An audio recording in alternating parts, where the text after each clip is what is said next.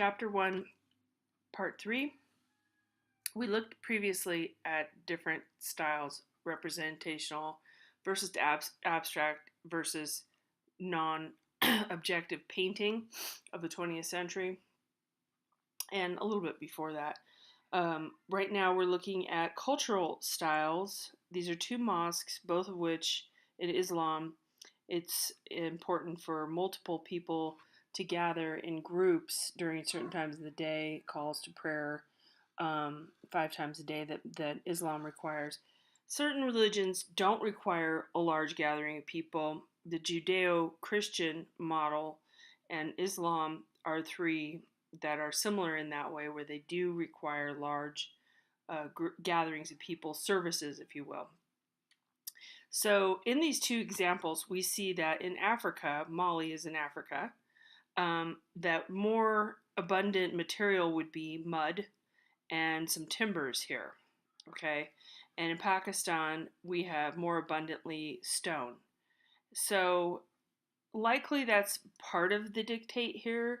The cultural style also has to do with where maybe some of the people have migrated from, and in this case, the Mughals have migrated from other parts of the Middle East and come into Pakistan, which at one point was India.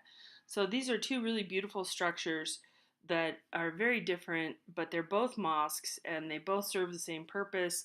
You can see here the mihrabs, these little towers. These are the call where somebody would be up there to call to prayer.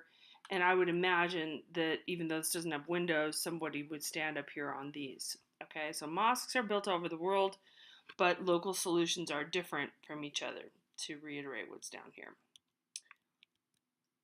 Okay, so this one's in Mali again, and this one's in Pakistan.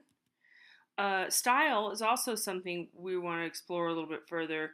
In this case, we have two, Van Gogh and we have Gauguin, and we're looking at the same person, perhaps modeling at the exact same moment for the two artists, which is very common. Oftentimes you hire one model for multiple people and you all draw that person, or still life, a setup, and you're all painting or drawing this one particular scene. So you can see the brushstrokes are very different. His expressive thick paint.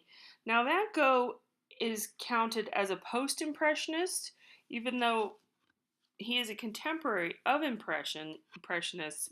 His style is so unique and different. He does have things in common with impressionists, and so does Gauguin here, but they are not really part of the impressionist style. They kind of have their own. They definitely have their own style, but you could call them post-impressionists, which is a little bit broader of a term. Obviously, we're looking at Madame Guinot in the same pose, so very likely that she's here.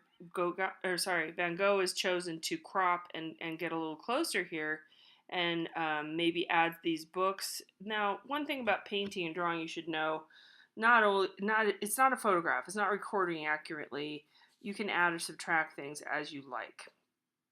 But I would really heavily state here that this is at the same time being posed for. If you look at the folds of the fabric, you see the very same ruffle here. You can see the difference in the brushstrokes. Right here, Gauguin is sort of going up and down. Van Gogh's going diagonal, so that creates some interest, and you can see a lot more modulation down here. Okay, so you can really tell these two styles. Gauguin tends to be flatter, bigger, flatter areas of color. Two really beautiful examples. Again, the color is interpreted slightly differently between the two. And we're going to go to the next PowerPoint. Oops, sorry.